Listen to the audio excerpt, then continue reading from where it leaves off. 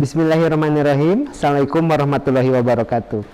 Yang terhormat para peserta konferensi daring obstetri dan ginekologi, senang sekali siang ini kami dapat menyapa Anda semua dalam acara yang sangat menarik. Kita akan membahas mengenai berbagai hal yang terkait dengan mitos dan fakta dalam masa pandemi COVID. Sebagaimana kita ketahui bahwa masa pandemi COVID ini betul-betul telah merubah tatanan kehidupan kita. Banyak ketakutan, banyak kebingungan yang terjadi seputar penanganan COVID-19. Oleh karena itu secara khusus pada sesi ini kita akan membahas mengenai masalah-masalah tersebut. Bersama saya telah hadir para pakar dari KSM Obstetri dan Ginekologi. Yang pertama adalah Dr. Ruswana Anwar, SPOG Konsultan Fertilitas Endokrinologi Reproduksi MKes. Selamat siang, Dok. Ya. Dan yang kedua Dr. Yogi Ahmad Yogi Pramatirta, SPOG Konsultan Fetal Maternal MKes. Selamat siang Dr. Yogi. Selamat siang. Ya. Sebelumnya kita berikan aplaus dulu untuk para pembicara kita siang hari ini ya. Ya, terima kasih. Dan saya sendiri Dian Cahyadi akan menjadi moderator untuk acara siang kali ini. Baik, Dr. Yogi, Dr. Ruswana, banyak hal yang mungkin kita harus bahas ya, karena arus informasi yang begitu cepat, kemudian ini juga adalah suatu penyakit yang baru yang kita juga mungkin masih belum banyak tahu ya. Jangankan orang awam, kita saja sebagai tenaga kesehatan kadang-kadang masih bingung apakah yang kita hadapi itu suatu mitos atau suatu fakta. Nah, untuk yang pertama ini adalah mengenai susu. Dulu kalau saya waktu kecil, kalau saya panas sama ibu saya suka dikasih minum susu beruang supaya cepat sembuh gitu kalau lagi panas atau lagi flu gitu ya. Sehingga kemarin sempat tuh beberapa bulan yang lalu bahwa ada keyakinan bahwa susu beruang itu dapat mencegah COVID-19 sehingga terjadi panic buying mungkin ya, kosong semua di toko-toko persediaan susu beruang. Nah, sekarang kita akan bahas dari sisi ilmiahnya, apakah betul susu beruang memiliki potensi untuk mencegah COVID-19. Nah, untuk kesempatan kali ini saya minta Dr. Yogi untuk menjelaskan dulu bagaimana menurut Dr. Yogi mengenai manfaat dari susu beruang ini. Silakan. Terima kasih Dr. Dian. Ya. Susu beruang ini bukan hal yang buruk sebetulnya ya Dr. Dian. Kita mengenal susu beruang merupakan susu yang telah dilakukan sterilisasi sehingga kandungan susu beruang itu tanpa ada pengawet buatan. Di awal Juli 2021 itu susu beruang ini hilang di pasaran karena banyak sekali berita yang memberitakan bahwa susu beruang itu bermanfaat untuk mencegah terinfeksinya COVID-19 dan mengobati. Ya, ada yang mencampur dengan madu, ada yang mencampur dengan jeruk nipis, ada yang mencampur dengan sari kurma dan yang lain-lain. Ya, kita ketahui faktanya sebetulnya susu beruang ini mengandung beberapa vitamin A, vitamin E, B, ya, dan protein yang tinggi. Dan susu beruang memang dapat membantu imunitas tubuh ya untuk lebih baik. Tapi sebetulnya tidak ditemukan secara langsung, terbukti secara langsung bahwa susu beruang tersebut dapat mengobati atau mencegah COVID-19. Itu mungkin faktanya Dr. Dian. Terima kasih. Dari Dr. Ruswana bagaimana Dok? Mungkin ada tambahan mengenai fakta dari susu beruang ini? Ya, terima kasih Dr. Dian. Kalau kita amati nutrisi yang dikandung pada susu beruang ini sama saja seperti susu pada umumnya. Memang dikatakan bahwa susu beruang ini disterilkan di atas titik didih susunya, sehingga lebih diklaim lebih unggul dibanding susu yang lain. Tapi kalau kita perhatikan, nutrisi yang ada pada susu beruang ini sama dengan susu lainnya, yaitu mengandung nutrisi yang baik untuk ibu hamil, untuk anak dan orang tua, dan juga mengandung vitamin yang dibutuhkan oleh tubuh, yaitu vitamin A, vitamin D, vitamin C, B1, B2 dan B12. Dan untuk mencegah COVID sebenarnya yang dibutuhkan memang selain nutrisi adalah vitamin, mineral, lalu makanan sehari-hari yang kaya dengan gizinya, dan juga harus disertai dengan olahraga yang teratur, istirahat yang cukup ya, 7-8 jam, dan ada kebugaran fisik. Jadi bukan hanya susu saja dan tidak hanya memilih satu merek tertentu. Susu semua sama. Ya. Ya. Baik, jadi kalau untuk yang ini berarti sebetulnya semua jenis susu itu bermanfaat ya dok, baik untuk meningkatkan stamina, daya tahan tubuh, sehingga kita lebih tubuh kita menjadi lebih kuat dalam menangkal atau mencegah adanya infeksi. Dan mungkin juga manfaatnya apabila penyembuhan ya, orang penyembuhan kan mungkin perlu protein tinggi gitu, jadi juga kita bisa mempergunakan susu untuk membantu proses penyembuhan kita, sehingga dapat disimpulkan kalau dalam kaitannya adalah susu tersebut mencegah infeksi COVID, tidak, tapi secara umum bahwa susu bermanfaat sekali untuk kesehatan dan proses pencegahan dari infeksi gitu.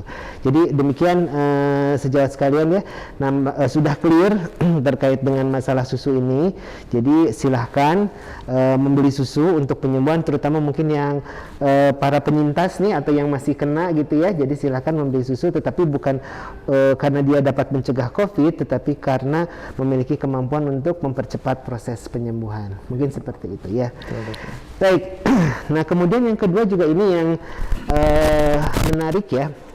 Setelah masalah susu nih, Dr. Yogi, Dr. Ruswana, itu masalah terapi uap, karena kemarin sempat tuh ya beberapa ramai sekali dibicarakan mengenai terapi uap. Kemudian masalah kayu putih. Jadi kayu putih itu bahkan ada yang sampai diminum kayu putihnya ya gitu. Nah, itu juga dikatakan bahwa memiliki properti untuk menangkal virus corona. Nah, gimana kira-kira Dr. Ruswana untuk masalah ini? Ya, kalau kita lihat mengenai uap ini, uap itu kan mengandung uap air yang dipanaskan, dan secara fisik dia akan kontak dengan selaput lendir rongga hidung yang dianggap akan membersihkan dan mematikan virus yang awal memang tempat masuknya adalah di rongga hidung belakang. Tetapi untuk uap ini harus diwaspadai bahwa tidak dianjurkan untuk pencegahan COVID, karena memang uap panas ini juga akan mengiritasi atau mencederai selaput lendir baik di rongga hidung, di mata, dan di wajah kita.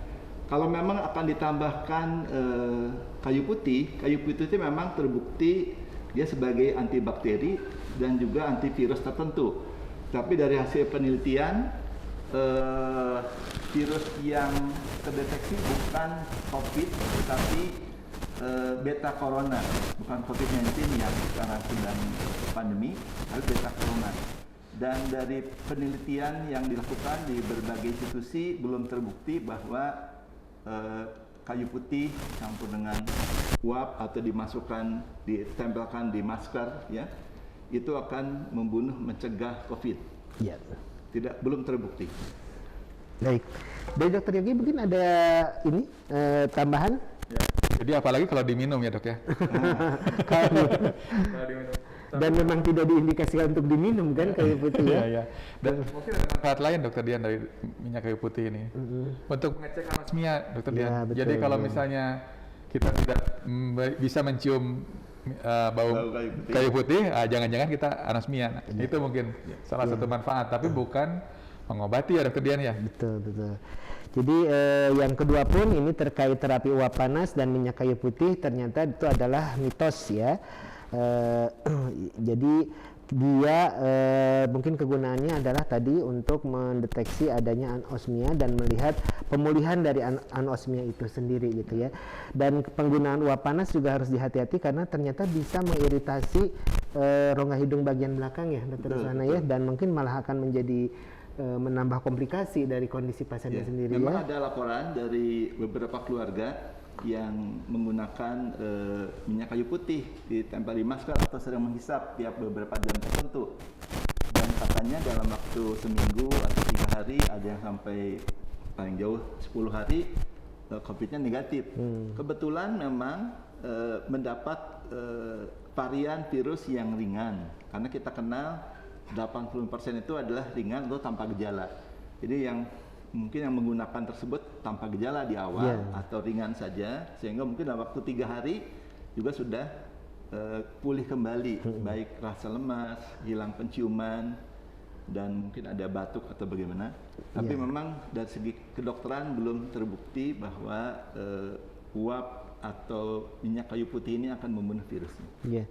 Dan ini juga kalau kita baca ternyata sudah banyak klarifikasi ya dari berbagai tokoh masyarakat, juga dari berbagai macam peer group yang menyatakan bahwa ini adalah hanya mitos saja dalam penggunaan kayu putih ini. Baik ya. Nah, sekarang kita maju ke yang 3 nih. Kalau menurut saya kayaknya yang ketiga ini agak fakta nih ya, karena juga banyak dilakukan gitu, termasuk saya melakukannya gitu ya. Yaitu adalah mengenai mencuci hidung dengan NaCl untuk pencegahan COVID. Silakan Dr. Yogi, mitos atau fakta?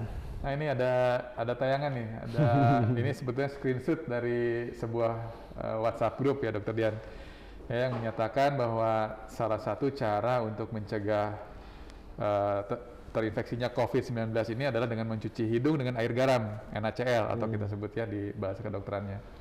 Nah kemudian diharapkan dari mencuci hidung seperti ini, hidung akan bersih, ya, mukosa hidung akan bersih, kemudian virus itu akan larut di NaCl, karena memang NaCl ada suatu larutan ya yang mudah sekali menarik suatu kuman atau hal yang lain untuk diambil gitu, sehingga teririgasi kalau bahasa medisnya Dr. Dian. Nah, tentunya ini juga suatu hal yang bukan fakta Dr. Dian. Jadi ternyata saya salah ya. Jadi bukan fakta. Yang terjadi bahwa memang betul NaCl ini bisa melarutkan, tapi itu sel-sel atau virus yang mati. Sedangkan sel yang hidup ini tetap ada, sel virus yang hidup tetap ada di sel yang hidup. Jadi tidak terlarut oleh NaCl ini, oleh larutan garam ini. Ya mungkin itu Dr. Dian. Ya. Jadi sebetulnya ini lebih ke arah fungsinya untuk higienis mungkin ya, kebersihan rongga hidung ya. Betul. Karena sempat juga sih kemarin ada yang menyampaikan kalau PCR-nya mau cepat negatif dicuci hidungnya saja gitu. Jadi supaya cepatin, tapi sebetulnya virus hidup sendiri tidak terpengaruh ya dengan proses pencucian hidung ini. Baik. Jadi dalam dunia kedokteran kita menggunakan cairan NaCl fisiologis 0,9%, dan itu banyak digunakan di alat untuk pencuci pembersih di berbagai rumah sakit dan fasilitas kesehatan. Tapi kalau di rumah tangga jangan diganti dengan air garam dapur. Karena memang mencuci ini hanya melarutkan sel yang sudah mati, yang sudah kering, yang kotor akan hilang, dan benda-benda mati yang ada di hidung. Tapi begitu virusnya masuk dan dia masuk ke dalam sel di rongga hidung kita, di mukosa selaput lendirnya, dia udah masuk ke dalam, jadi tidak mungkin dinetralisir oleh bilasan cuci ini. Jadi beda dengan oralit ya Dokter Dian ya. Jadi jangan memasukkan oralit juga ke dalam hidung ya. Oke. Mungkin juga kalau yang untuk muslim kan kita setiap wudhu pasti menghisap dan mengeluarkan, juga itu merupakan satu metode pembersihan hidung ya. Untuk masalah higienis. Nah, baik, terima kasih Dr. Ruswana dan Dr. Yogi, menarik sekali ya, meluruskan apa yang selama ini kita anggap sebagai satu hal yang bermanfaat. Memang ada manfaatnya, tapi ternyata reasonnya mungkin yang harus kita pahami lebih baik ya. Nah kemudian yang keempat ini juga menurut saya kontroversi ya, karena bahkan ada beberapa praktisi medis gitu ya, yang satu menyatakan nggak ada gunanya gitu, yang satu mengatakan ada gunanya silakan dipakai. Jadi seperti ada dua kubu gitu dalam permasalahan itu, yaitu penggunaan ivermectin yang kita ketahui bahwa itu adalah indikasinya untuk cacing ya, infeksi cacing gitu. Tapi kemudian kemarin ramai diberitakan bahwa ivermectin bisa dipergunakan untuk pengobatan COVID. Bahkan saya lihat beberapa teman kita sejawat juga gitu ya, yang terpapar itu mencari ivermectin juga untuk dipergunakan gitu ya. Jadi meskipun banyak rilis yang mengatakan bahwa ivermectin tidak ada gunanya, itu bukan merupakan rekomendasi untuk terapi COVID, tapi bahkan tenaga medis pun mempergunakan hal tersebut gitu. Nah, bagaimana ini Dokter Yogi? Silakan. Dokter Ruswana ya? Dokter Ruswana ya. Maaf, Dokter Ruswana. Seperti kita ketahui bahwa di awal ivermectin itu memang digunakan untuk obat cacing, ya, dan dipakai cukup 6 bulan atau 1 tahun sekali. Nah, kemarin ada informasi bahwa ivermectin ini dapat mencegah, dan pemberiannya berturut-turut, ada yang tiap minggu selama 4 kali, ada yang sampai 6 kali. Nah, ini harus diwaspadai bahwa sampai saat ini publikasi dari FDA Amerika dan juga Badan POM Indonesia belum menyatakan ivermectin ini sebagai obat untuk COVID-19. Tetapi memang di beberapa uji klinis masih dalam tahap laboratorium. Jadi untuk melihat pengembangan obat, apakah ivermectin ini dapat dipakai untuk tujuan lain selain obat cacing. Jadi sebenarnya dari badan resmi pemerintah belum ada persetujuan untuk menggunakan ivermectin ini pada COVID-19. Yeah. Dan harus diwaspadai bahwa pada penggunaan jangka pendek dan terus-menerus itu akan membahayakan fungsi hati, dan itu harus diawasi oleh dokter sebenarnya. Yeah. Jadi ini hati-hati, jangan mengobati diri sendiri ya. Jadi membeli obat sendiri mungkin di toko online atau di mana, kemudian minum, karena mungkin nanti dampaknya bukan dampak positif tetapi malah menjadi komplikasi untuk kondisi yang sudah ada. Sebaiknya tetap merujuk kepada protokol pengobatan. Jadi kalau misalkan dia gejalanya sedang atau berat, segera ke rumah sakit, nanti biar dokter penyakit dalam atau tim yang akan menangani, mungkin seperti itu ya. Dari Dokter Yogi terkait ivermectin ini, atau Dokter Yogi barangkali sudah menyetok ivermectin juga selama kemarin? Salah satunya ya. Saya Dokter Dian. Dan ternyata di literaturnya, di jurnal yang sudah dipublikasikan, ivermectin itu terbukti mengurangi viral load pada sel lain. Jadi belum. Mungkin bisa dijelaskan dulu sel lain itu apa, Dokter? Sel lain itu adalah sel yang dikembangbiakan secara buatan. Jadi bukan hewan atau bukan manusia. Nah, kemudian sel lain ini dipaparkan virus, kemudian diberi ivermectin. Memang terbukti mengurangi viral load. Jadi banyaknya virus yang masuk ke dalam sel tersebut. Namun itu dengan dosis yang besar. Jadi kalau kita hitung dibandingkan dosis ivermectin untuk cacingan, itu harus makan 40 kali lipat. Jadi ini sangat katakanlah tidak memungkinkan, atau kemungkinannya kecil digunakan untuk manusia. Ya. Itu mungkin Dokter Dian tambahannya. Ya, jadi tambahan informasi yang berharga, ternyata dosis ivermectinnya memiliki potensi tersebut, tetapi jumlahnya mungkin harus banyak dan tidak mungkin untuk kita berikan pada pasien. Belum mungkin ya, untuk saat ini, seperti Dr. itu. Ya. Terima kasih sekali lagi Dokter Yogi, Dokter Ruswana. Nah, selanjutnya ini masalah obat-obat herbal nih, Dokter Ruswana, Dokter Yogi. Kan banyak ya selama ini yang terkait dengan bermacam-macam lah gitu, obat-obat herbal yang kemudian diklaim bisa mencegah infeksi COVID. Di antaranya ada tuh kemarin air kelapa ya, kelapa yang masih muda, kelapa hijau, kelapa wulung kalau itu ya ininya. Kemudian dicampur dengan jeruk nipis, kemudian ada juga dengan garam, ada madu, ada habatus sauda juga mungkin ya. Semua kita ini kan terkait dengan masalah pengobatan herbal. Nah, bagaimana Dokter Yogi memandang terapi herbal ini untuk pencegahan COVID? Ya, terima kasih Dokter Dian. Ini cukup menarik sekali. Sebetulnya saya kalau melihat kelapa seperti itu, memang tertarik sih dokter Dian. Apalagi dokter Dian tadi bilang dengan jeruk ya dokter Oh, Dian. iya, jeruk Jadi ya. kelapa jeruk dokter Dian. Ya cuman sayangnya. Tambah susu beruang. Kelapa susu. Kelapa susu. Nah ini memang menarik karena ini salah satu favorit herbal saya nih dokter Dian.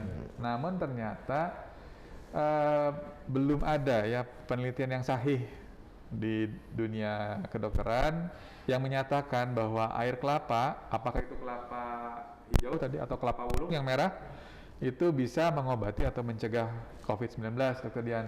Tapi yang pasti ini mengurangi dahaga, dokter Dian. Iya. Mungkin itu dokter Rusana. Iya, dokter Rusana ada tanggapan nggak? Kayaknya dokter Rusana juga dari infertilitas katanya minum kelapa muda biar kesuburannya meningkat gitu ya dok ya, ininya. Jadi air kelapa muda itu memang mengandung air, ya, lalu mengandung elektrolit, dan karena ada air dan elektrolit tersebut akan mengembalikan kebutuhan tubuh untuk cairan. Jadi setelah minum air kelapa memang rasa dahaga hilang seperti disampaikan dokter Yogi, dan tubuh lebih fit, merasa lebih segar. Tetapi tentu saja ini tidak mengobati atau mencegah COVID. Mencegah COVID harus dengan penggunaan protokol kesehatan, masker, sering cuci tangan, dan menjauhi kerumunan. Ya, baik. Dan sebagai disclaimer, kita ini sudah dilakukan pemeriksaan PCR dulu sebelum kita berbicara di sini ya dok. Jadi kita kondisinya aman gitu. Bukan berarti kita mengabaikan protokol Dan kesehatan. tadi pagi saya minum air kelapa dokter. Iya. Jadi seperti itu bapak-bapak ibu sekalian terkait dengan penggunaan herbal. Jadi sebaiknya apabila kita mendapatkan informasi, kita telah lagi apakah betul manfaatnya seperti yang diberitakan gitu ya. Yakin ada manfaatnya, tetapi apakah tepat untuk digunakan sebagai misalkan untuk pencegahan, dalam hal ini pencegahan COVID-19. Jadi silahkan menggunakannya untuk mungkin peningkatan vitalitas atau peningkatan kesehatan secara umum, itu tidak menjadi masalah ya. Baik, selanjutnya adalah isu mengenai obat nih. Jadi sempat kemarin juga ada obat bahwa beberapa obat dikatakan justru meninggalnya karena obat kalau pasien COVID gitu, bukan karena COVID-nya tapi karena obatnya, atau dosisnya terlalu tinggi sehingga mengakibatkan orang itu ini. Salah satunya adalah oseltamivir mungkin. Nah, dari Dr. Ruswana bagaimana? Apakah ada tanggapan? Ini memang dulu digunakan untuk obat flu karena virus, dan mempunyai harus diwaspadai juga, mempunyai efek samping seperti mual, muntah, dan sulit tidur, dan kadang-kadang ada vertigo. Dan penggunaannya ini memang harus diberikan sesuai dengan resep dokter, tidak boleh dibeli bebas. Dan dari beberapa penelitian di dunia, oseltamivir belum dipakai menjadi obat standar untuk COVID-19, tetapi di awal digunakan untuk flu karena virus, dan oleh karena itu mereka menarik kesimpulan, ini sama-sama virus, udah aja menggunakan oseltamivir ini. Dan kita lihat di media bahwa keluarga atau beberapa kelompok membeli obat ini di online, penjual online dengan harga yang berlipat-lipat ya, sehingga dititipkan oleh pemerintah dan Polri, dan memang belum dianjurkan untuk menjadi obat COVID. Ya. Dari dokter Yogi ada masukan mengenai ini? Ya, oseltamivir ini memang bermanfaat. Ya, tadi sudah diutarakan oleh Dr. Ruswana untuk keluarga virus, coronavirus. Ya, tapi bukan untuk COVID, Dokter Dian. Jadi untuk virus-virus yang telah lampau, ya misalnya virus Hong Kong atau virus babi gitu, mungkin ini bermanfaat. Tapi untuk virus yang COVID-19 ini belum ada jurnal yang menyatakan bahwa obat ini bermanfaat. Jadi hindarkanlah Dokter Dian untuk membeli oseltamivir saat ini karena harganya mahal, langka di pasaran, dan juga belum tentu manfaatnya bermanfaat. masih Iya, malah jadi efek samping yang muncul. Ya. Itu mungkin. Baik, terima kasih sekali lagi atas pencerahannya Dr. Ruswana, Dr. Yogi. Kemudian ini masalah yang menarik juga nih, sekarang kita lagi gencar vaksin. Jadi kita yang pada bagian terakhir ini akan membahas mengenai masalah vaksin ya.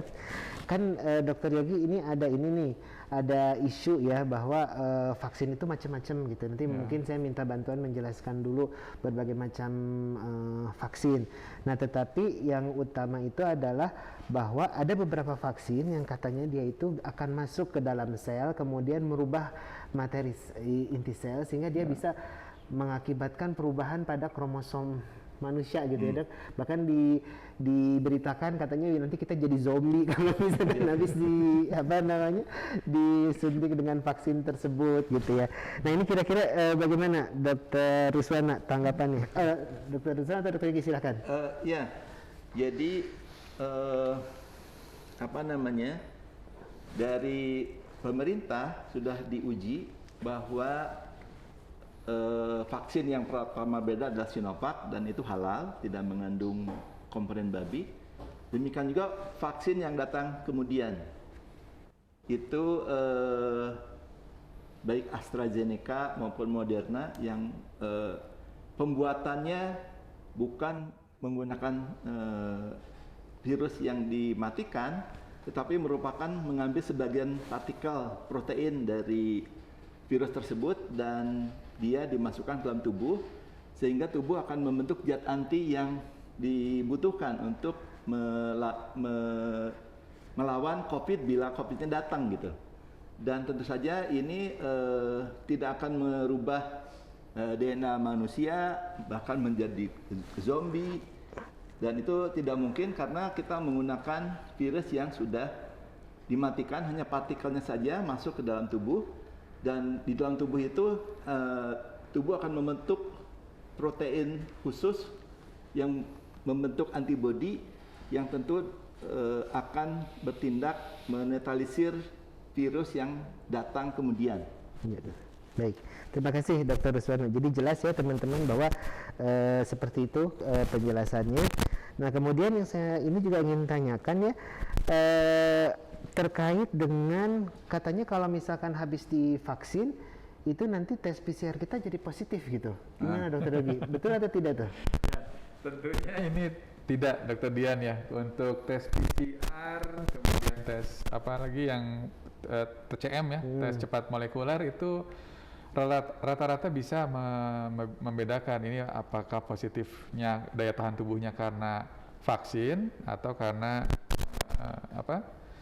karena virus. Nah, kecuali mungkin untuk awal Dokter Dian, tes rapid test yang diambil dari serum. Antibody ya. Antibody ya. Ini mungkin bisa positif setelah vaksin. Itu mungkin Dokter Dian. Tapi kalau untuk ini tidak ya, PCR. Kalau untuk PCR bisa membedakan itu. Ya. Kemudian yang kedua juga mengenai ASI nih. Kan sekarang ibu-ibu hamil menyusui divaksin nih Dok. Terus katanya kalau habis selesai divaksin itu nanti bayinya bisa terlindungi dari jadi dia mendapatkan antibodi dari ibunya. Apakah itu betul Dr. Ruswana? Nah Dr. Yogi nih ahli tata. Jadi kalau masalah ASI langsung saya Dokter. Jadi ya memang beberapa antibodi ibu itu dapat melalui sawar susu ya, sawar dari air susu ibu.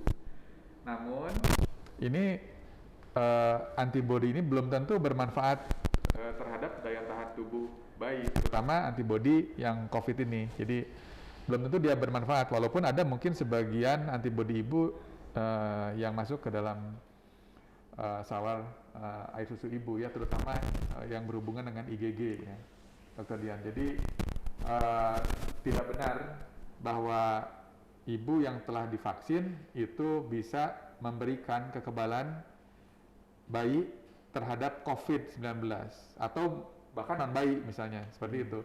Jadi itu mungkin perlu diklarifikasi karena jumlahnya sangat sedikit sekali. Nanti karena kalau hoax ini bisa jualan air susu nanti orang-orang membeli dipompa, dimasukkan ke kulkas, dikasih label, kemudian dijual. Itu untuk mengurangi kesalahpahaman. Baik, jadi demikian teman-teman teman-teman sekalian, banyak sekali yang kita sudah bahas mengenai mitos dan fakta terkait COVID-19. Kemudian ini saya sekarang akan membacakan kesimpulan dari Dr. Ruswana. Dr. Ruswana sudah membuat makalah, nanti bisa dilihat di ininya, di proceedingnya, dan saya akan bacakan mengenai tips kita menghindari hoax ya. Di sini dikatakan bahwa informasi terkait virus COVID-19 setiap hari beredar secara luas dan kita harus bisa membedakan apakah ini mitos atau fakta ya. Jadi sesuai dengan tadi yang kita sudah bahas. Kunci utamanya adalah melakukan identifikasi sumber yang dapat dipercaya dan memeriksa informasi yang akurat. Dan saya kira sekarang juga sudah banyak aplikasi yang bisa mendeteksi ini hoax atau fakta ya. Dan juga biasanya kan kalau dari Satgas Covid suka ada klarifikasi. Jadi sekali lagi selalu dibaca, selalu diupdate perkembangannya ya, sumbernya dari mana. Nah, jika terdapat keraguan mengenai sumber dari beritanya, maka periksa kembali berbagai sumber berita tersebut dan pastikan bahwa berita itu konsisten dan memiliki bukti secara ilmiah. Kemudian kewaspadaan terhadap COVID-19 harus tetap kita lakukan. Pastikan selalu mendapat informasi yang dibutuhkan dalam pencegahan COVID-19. Saya kira sekarang 5M ya dok yang paling utama ya dalam mencegah COVID. Dibandingkan dengan menyerap informasi yang tidak akurat dan lakukan tindakan yang prioritas. Pilih mana yang penting dan bermanfaat. Ikuti rekomendasi resmi dan lembaga terpercaya daripada mengikuti dan melihat apa yang dilakukan teman atau keluarga karena melihat secara online. Misalkan ada berita di TikTok, diikutin di TikTok, misalkan seperti itu ya.